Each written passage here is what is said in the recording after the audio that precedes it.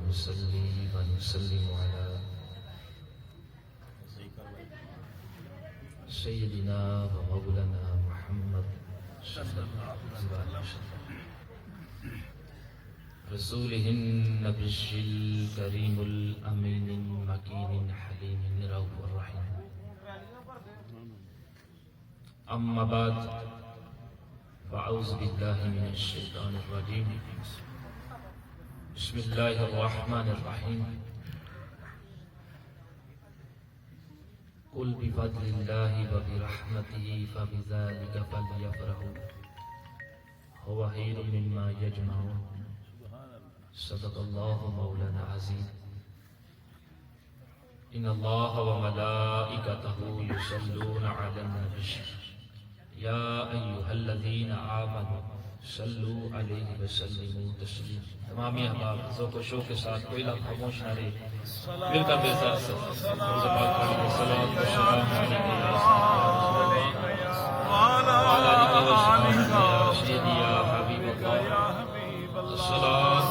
علیکم یا سیدی یا رسول اللہ وعلی آلک و اصحابک یا سیدی یا محمد رسول اللہ صلی اللہ علیہ وآلہ وسلم.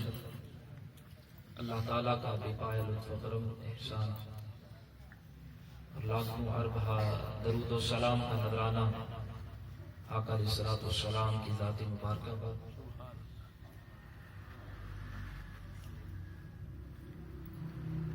دیر تاباں بدر ملت جگر گوش بدول دہرہ حشبوئے چند پیر سرکار رحمت اللہ تعالی علیہ و جسم مطاہرہ و راحت قلبہ و قرۃ عنایائی سیدی و سندی و مرشدی و مولائی حضرت الحاج پیر سید غلام دستگیر شاہ صاحب دامت برکاتہم عالیہ مرکزی سجادہ نشین مرکزی دربار عالیہ غوثیہ بابا یوٹوبی والی جان پیر سرکار رحمت اللہ تعالی علیہ کھیپرا والا شریف. واجب الاحترام بزرگوں دوستوں پیارے بچوں، السلام علیکم ورحمۃ اللہ وبرکاتہ. وعلیکم السلام ورحمۃ اللہ وبرکاتہ. سب سے پہلے احتشام علی صاحب کو مبارکباد پیش کرتا ہوں کہ جنہوں نے آقا علیہ الصلوۃ والسلام کی یہ خوبصورت میلاد مصطفیٰ کی محفل سجائی. اللہ تبارک و تعالیٰ کی بارگاہ میں دعا ہے اللہ تعالیٰ ان کی اس کاوش کو میلاد مصطفیٰ کی محفل کو اپنی بارگاہ قبول فرمائے اور آپ کا آنا بھی اپنی بارگاہ میں قبول فرمائے اور میری زبان پر کلمات الحق جاری کرے. آمین. یہ میلاد مصطفیٰ صلی اللہ علیہ وآلہ وسلم جو محفل ہوتی ہے اس میں ہم سب کو دیوانہ وار خوشیاں منانی چاہیے، کیوں یہ خوشی کائنات کی سب سے بڑی خوشی ہے. یہ خوشی میلاد کی کائنات کی سب سے بڑی خوشی ہے اور کائنات کی ساری خوشیاں اس خوشی کا تصدق ہے، صدقہ ہے. کائنات کی ساری خوشیاں اس خوشی کا تصدق ہے. اللہ تعالیٰ نے اپنے پیارے حبیب صلی اللہ علیہ وآلہ وسلم سے یہ فرمایا، اے محبوب فرما دیجئے جب تم پر اللہ کا فضل اور اس کی رحمت ہو تو پھر خوب خوشیاں مناؤ. اب اس بات پر زور کیوں دیا کہ خوب خوشیاں مناؤ؟ اس لیے کہ رب کائنات نے قرآن پاک میں ایک اور مقام پر سورہ القصص پارہ نمبر 28 میں آیت نمبر 76 میں فرمایا، ان اللہ لا يحب الفارحین، کہ اللہ تبارک و تعالیٰ کو تمہارا دھوم دھام سے خوشیاں منانا یہ پسند نہیں ہے۔ یہ عمومی حکم ہے کہ رب تعالیٰ کو تمہارا دھوم دھام سے خوشیاں منانا یہ پسند نہیں ہے، کیونکہ یہ بات جو لوگ فرحت کرتے ہیں، دھوم دھام سے خوشیاں مناتے ہیں، وہ رب تعالیٰ کو ان کا یہ عمل پسند نہیں ہے۔ یہ اس کی شان بندگی کے خلاف ہے۔ وہ سادگی کو پسند کرتا ہے، وہ عاجزی کو پسند کرتا ہے، وہ انکساری کو پسند کرتا ہے۔ یہ عمومی حکم ہے کہ دھوم دھام سے جو خوشیاں منائی جاتی ہیں اس کو رب تعالیٰ پسند نہیں فرماتا، مگر ادھر فرمایا قُلْ بِفَضْلِ اللَّهِ وَبِرَحْمَتِهِ فَبِذَلِكَ فَلْيَفْرَحُوا۔ لیکن جب جہاں تم پر اللہ کا فضل اور اس کی رحمت ہو تو پھر کیا کرو، خوب خوشیاں مناؤ، خوب جو ہے چرچے کرو، اظہار کرو، یہ میرا حکم ہے۔ اب سوال یہ پیدا ہوتا ہے کہ اللہ کا فضل اور اس کی رحمت کیا ہے؟ تو اللہ تعالیٰ کا فضل، حضور کی آمد جو ہے، حضور وہ اللہ کا فضل ہے۔ اللہ نے حضور کی آمد کو، اپنے محبوب کی آمد کو اپنا فضل قرار دے دیا ہے۔ سورہ آل عمران میں آیت نمبر 164 میں فرمایا لَقَدْ مَنَّ اللَّهُ عَلَى الْمُؤْمِنِينَ إِذْ بَعَثَ فِيهِمْ رَسُولًا۔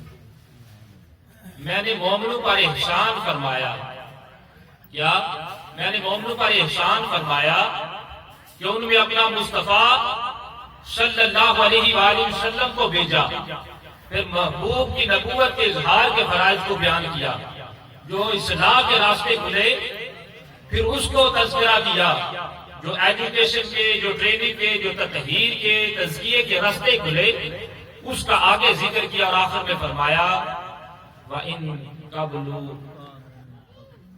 وَإِن كَانُوا مِن قَبْلُ لَفِي ضَلَالٍ مُبِينٍ۔ سبحان اللہ۔ اگر میرا محبوب نہ آتا، میرا مصطفیٰ تشریف نہ لاتا تو تم کھلی گمراہی میں پڑے ہوئے تھے، تم خطائے سے محروم ہو چکے تھے۔ ارے تمہیں سب کچھ ملا ہے، میرے مصطفیٰ کے صدقے سے ملا ہے۔ تمہیں ایمان ملا ہے، میرے مصطفیٰ کے صدقے سے ملا ہے۔ تمہیں اسلام ملا ہے، میرے مصطفیٰ کے صدقے سے ملا ہے۔ تمہیں قرآن ملا ہے، میرے مصطفیٰ کے صدقے سے ملا ہے۔ اور اگر تمہیں جو ہے میرا گھر کعبہ بھی ملا، وہ بھی میرے مصطفیٰ کے صدقے سے ملا۔ اور اس میں 360 بت تھے، وہ میرا وحدت گدا تھا، میرا مرکز توحید تھا، جس کو تم بھول چکے تھے۔ تم اپنے خالق کو بھول چکے تھے، مالک کو بھول چکے تھے، اپنے رب کو بھول چکے تھے، ہدایت سے محروم ہو چکے تھے، ایمان سے محروم ہو چکے تھے، کھلی گمراہی میں تھے۔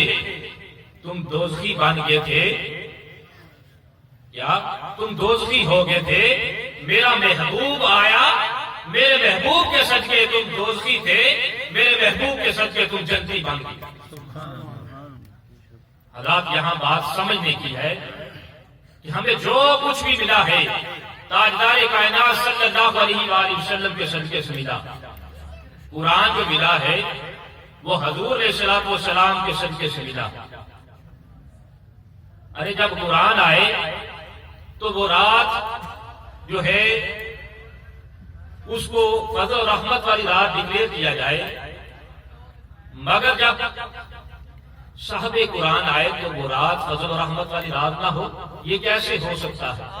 اصل رات ہی فضل و رحمت والی وہ رات ہے جس کا رات تاجدار کائنات صلی اللہ علیہ وآلہ وسلم تشریف لے۔ نعرہ تکبیر، نعرہ رسالت، نعرہ رسالت، نعرہ رسالت، جشن عید میلاد النبی۔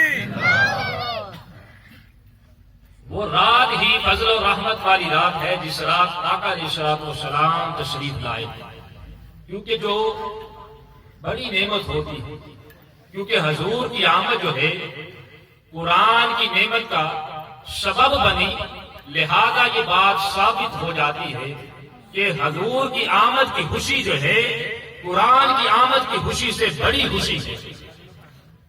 اسی طرح شب قدر ہے، رب کائنات نے فرمایا کہ لیلۃ القدر خیر من الف شہر، ایسی رات ہے لیلۃ القدر جو ہزاروں مہینوں سے افضل ہے۔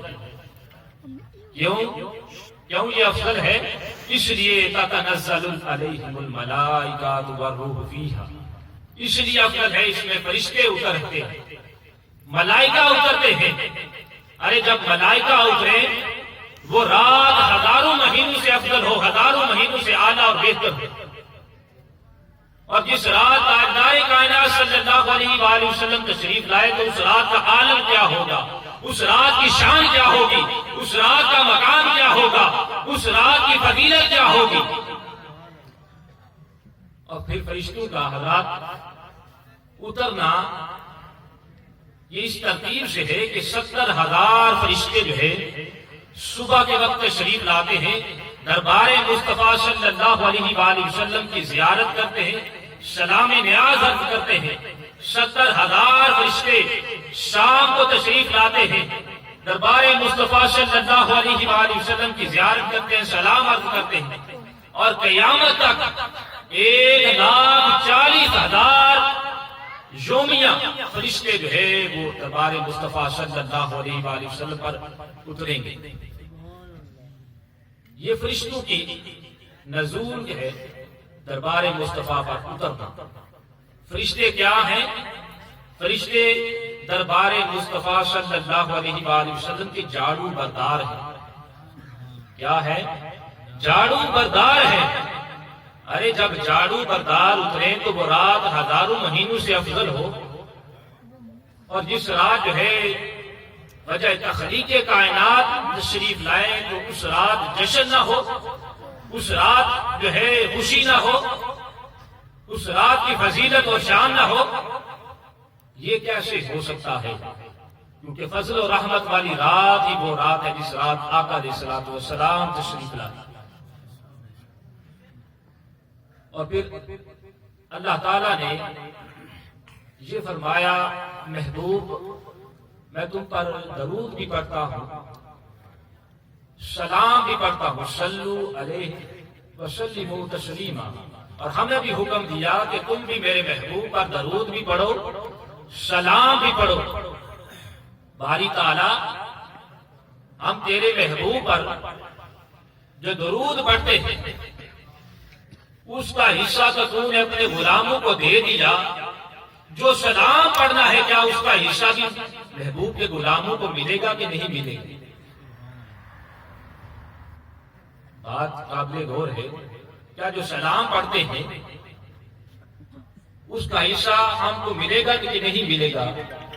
اللہ تعالیٰ نے فرمایا سورہ احزاب میں آیت نمبر 44 میں، تحیتہم یوم یلقونہ سلام، تم اس دنیا میں میرے محبوب کی غلامی میں آ جاؤ، میں تم پر سلام بھیجوں گا، اور جو کوئی میرے محبوب کی غلامی میں مر گیا، کل قیامت جب میرے پاس آئے گا میرے فرشتے سلام پڑھ کر اس کا استقبال کریں گے۔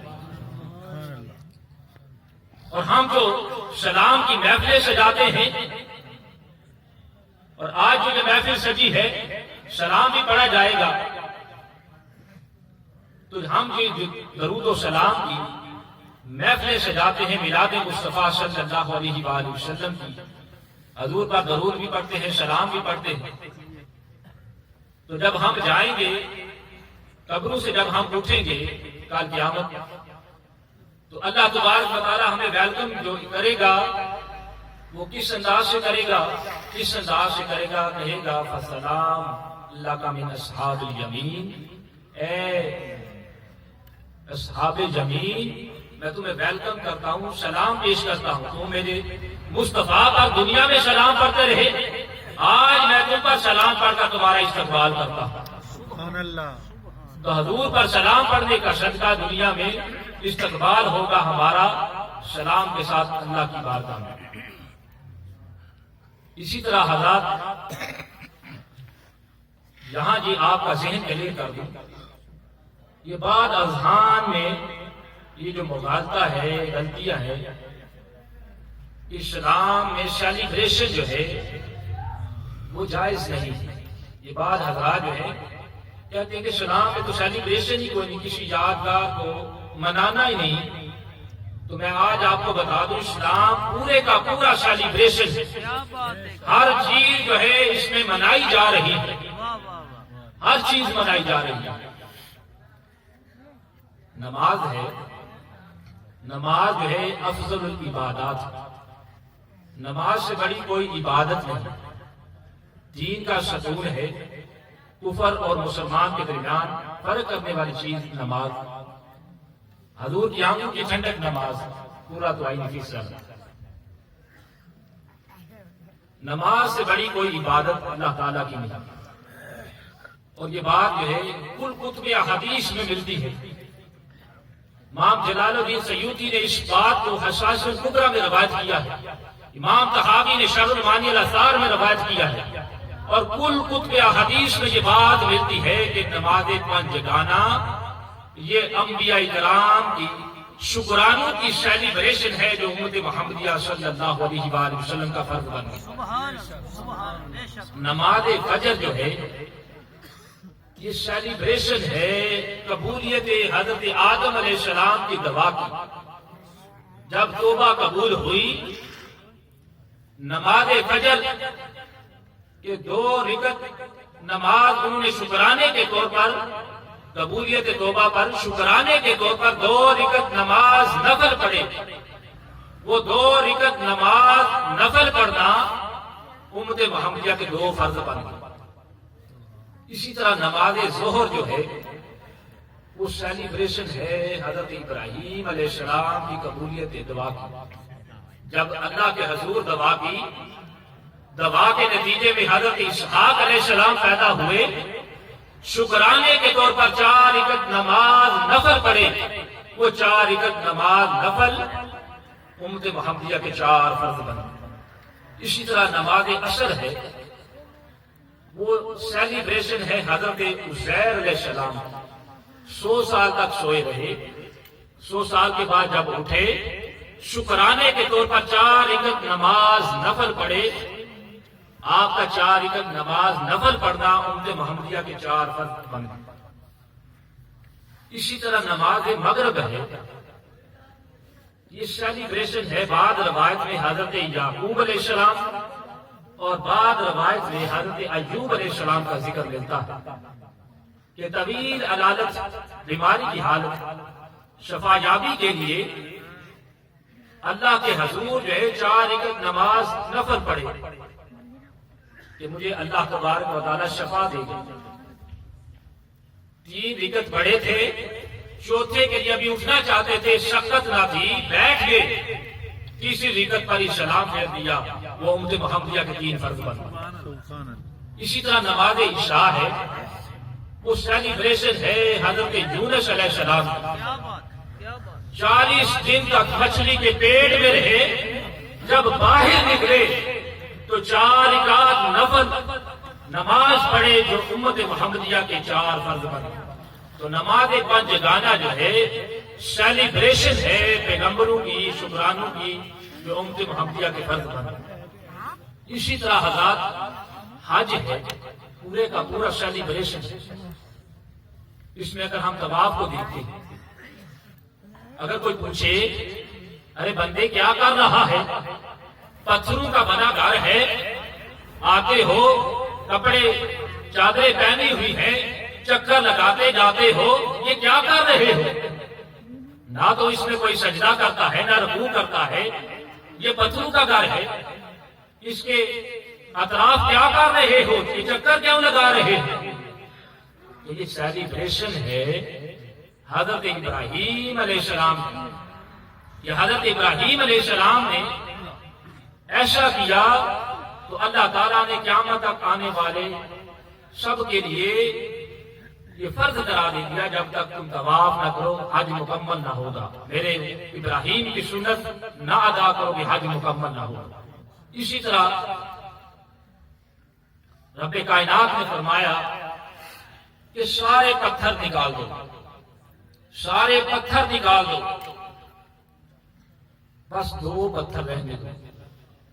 کون سے؟ سارے پتھر نکال دو. کتنے پتھر رہنے دو؟ 2 پتھر رہنے دو. ایک جو ہے وہ مقام ابراہیم ہے کیا بات ہے، کیا بات اور دوسرا جو ہے حجر اسود کا پتھر. اب مقام ابراہیم جو ہے بات قابل غور ہے، بڑا نقطہ ہے اس میں. مقام ابراہیم جو ہے اس پر قدمین ہے حضرت ابراہیم علیہ السلام کے شبد. اب یہ بھی نقطہ ہے کہ ساری عمر جو ہے حضرت ابراہیم علیہ السلام نے پتھریلی زمین پر زندگی گزاری.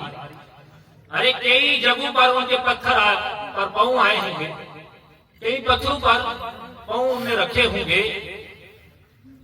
تو اس پتھر پر ان کے قدم کیسے شبد رہ گئے، کیسے محفوظ رہ گئے؟ اب یہ بھی سوال ہے، کیسے محفوظ رہ گئے؟ بات دراصل یہ ہے، یہ نقطہ ہے کہ جب کعبہ کو تعمیر کر لیا حضرت ابراہیم اسماعیل علیہ السلام نے، کعبہ کی جب تعمیر کر لی تو پھر فرمائے باری تعالیٰ اب ہم نے تیرا گھر تعمیر کر لیا ہے، اب ہمیں اجرت چاہیے، معاوضہ چاہیے، وہ تیری بارگاہ سے ہم نے لینا ہے. وہ معاوضہ کیا ہے؟ وہ اجرت کیا ہے؟ وہ معاوضہ اجرت ہے ربنا وابعث فیہم رسولا منہم یتلو علیہم. سبحان سبحان سبحان.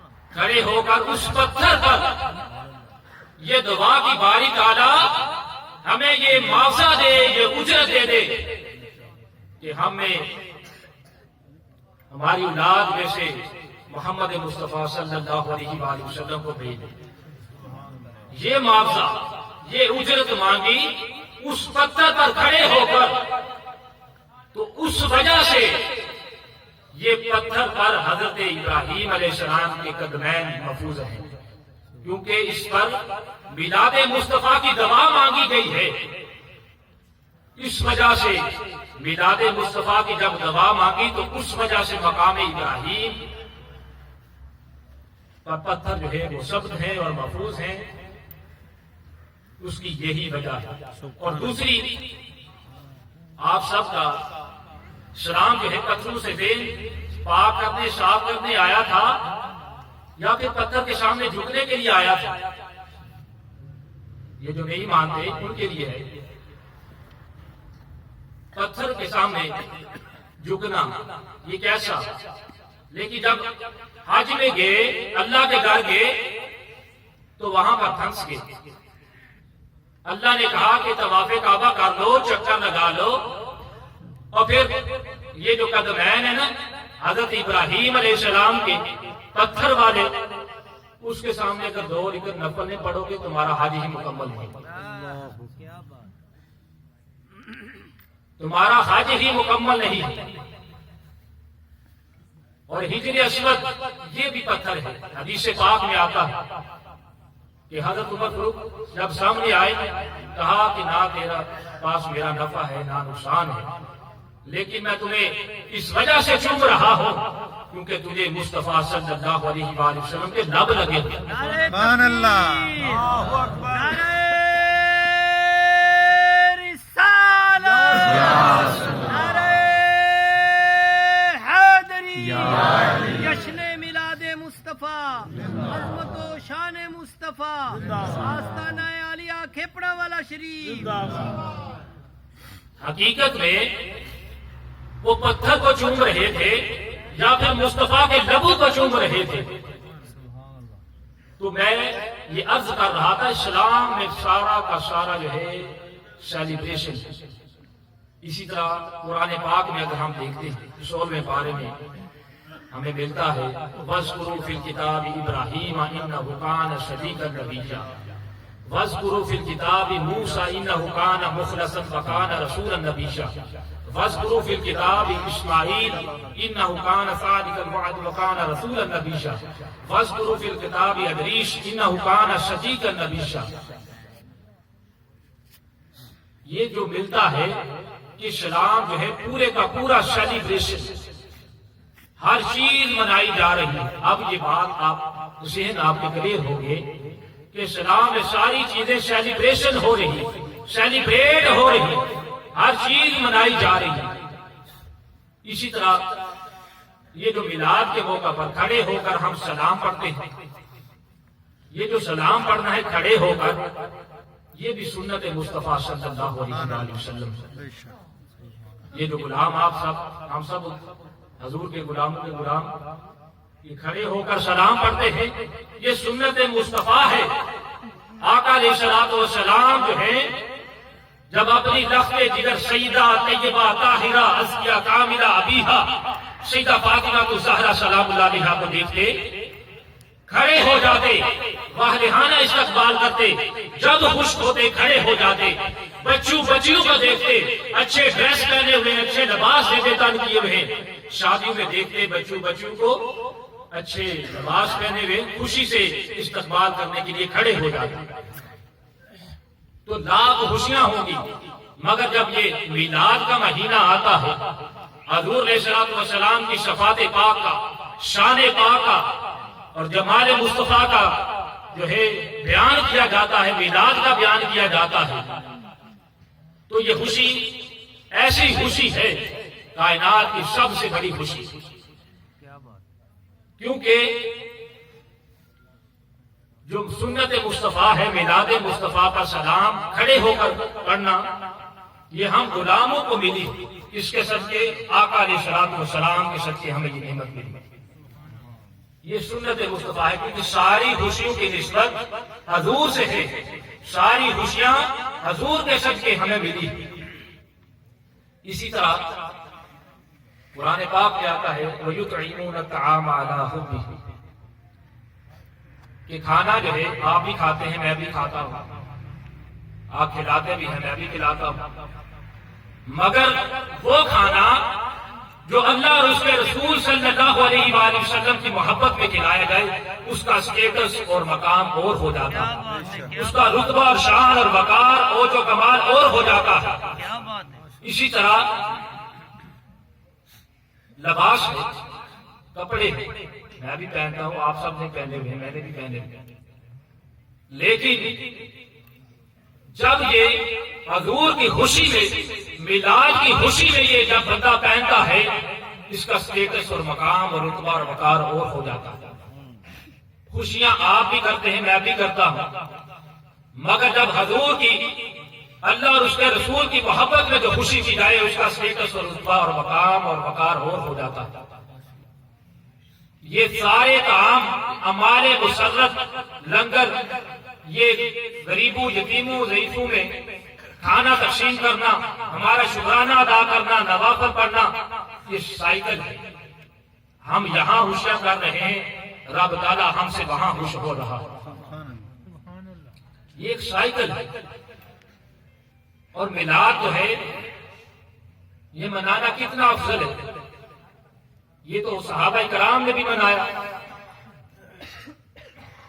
معروف حدیث پاک ہے، مجلس لگی ہوئی تھی مسجد نبوی میں صحابہ کرام، جب صحابہ کرام کی مجلس لگی ہوئی تھی، آقا علیہ الصلوۃ والسلام وہاں تشریف لائے، پوچھا ما اجلسکم، تم یہاں کیا کر رہے ہو، اور یہ محفل کس کے لیے سجائی ہوئی؟ انہوں نے عرض کیا صحابہ کرام نے، یا رسول اللہ صلی اللہ علیہ وآلہ وسلم، جلسنا نذکر اللہ و ندعو، ہم نے یہ محفل ذکر الہی اور ذکر مصطفیٰ کی محفل سجائی ہے، اور ہم جو ہے اللہ تعالیٰ کا شکر ادا کر رہے ہیں کہ اس نے آپ کو ہم نے بھیج کر ہم پر بڑا احسان فرمایا ہے، ہم نے شکرانے کے طور پر یہ محفل سجائی ہے۔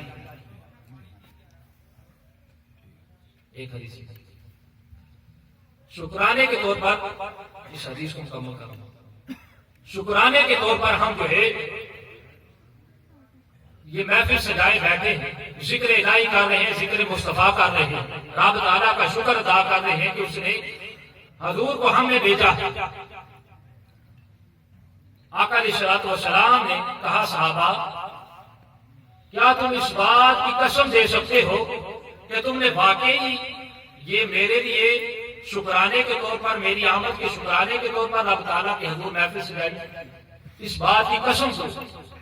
حالانکہ آقا علیہ الصلوۃ والسلام کو پتا تھا میرے تمام صحابہ سراپا اخلاص سب ٹھیک ہے، انہیں پتا تھا حضور علیہ الصلوۃ والسلام کو ساری بات جانتے تھے، لیکن کہا کہ قسم دو.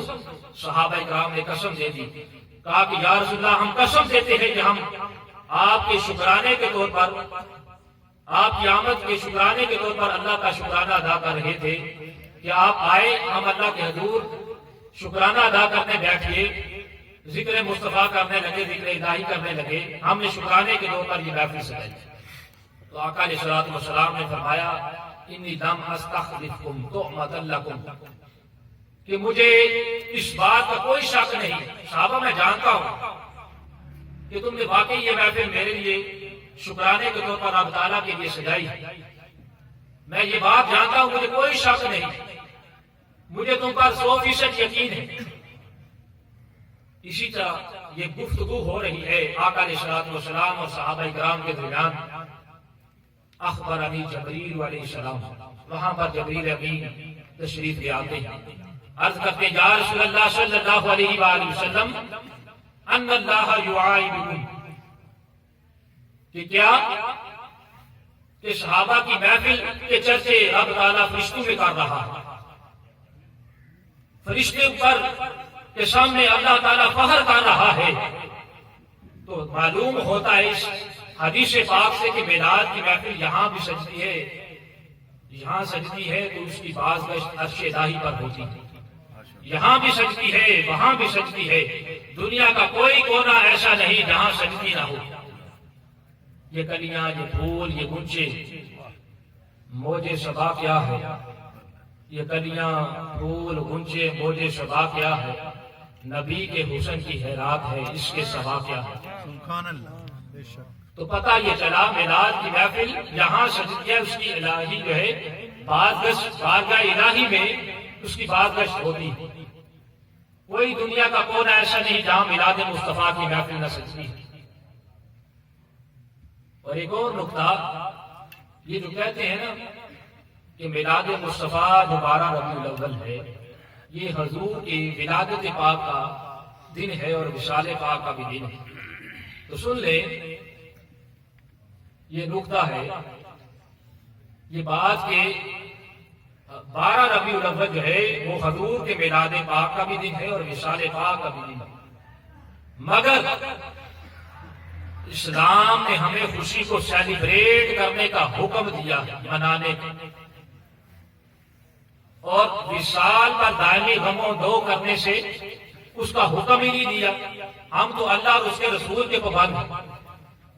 اور پھر نبیوں کے میلاد کو، وصال پاک کو لے لیجئے، تو وصال پاک سے، نبیوں کے وصال پاک سے، ان کے دنیا میں کائنات میں آنے کی وجہ سے جو فوائد و ثمرات آئے تھے، وہ فوائد و ثمرات جو تقسیم ہوئے تھے وہ ختم تو نہیں ہو جاتے، بلکہ وہ فوائد و ثمرات اسی طرح آج بھی اسی طرح قائم و دائم ہے جیسے مثال سے پہلے تھی. آپ کا ذکر اور حیات میری، بس یہی کچھ ہے کائنات میری. اور میسج یہ ہے میلاد مصطفیٰ صلی اللہ علیہ وآلہ وسلم کا کہ اپنے ایمان اور اپنے دل کو عشق مصطفیٰ، حب مصطفیٰ، الفت مصطفیٰ، چاہت مصطفیٰ صلی اللہ علیہ وآلہ وسلم سے سرشار کر لیں اور اپنے معاشرے کی زندگیاں مصطفی انقلاب کے مطابق گزاریں، تاکہ آپ اپنے ملک کا، قوم کا اور اپنی امت کا مقدر بدل سکیں. اللہ کے حضور گواہ ہے. اللہ تبارک و تعالی ہم سب کا آنا اپنی بارگاہ میں قبول فرمائے. اور ایک مرتبہ پھر چودھری احتشام بھائی اور وقار جن نے محفل پاک کا انعقاد کیا، اللہ تبارک و تعالیٰ ان کے کاروبار میں اور زیادہ دن دگنی رات چگنی ترقی عطا فرمائے. جو محفل میں حاضر ہوئے، اللہ تبارک و تعالیٰ کے حضور گواہ ہے، اللہ تعالیٰ ان کو دینی اور دنیاوی دونوں نعمتوں سے مالا مال فرمائے. وآخر دعوانا الحمدللہ.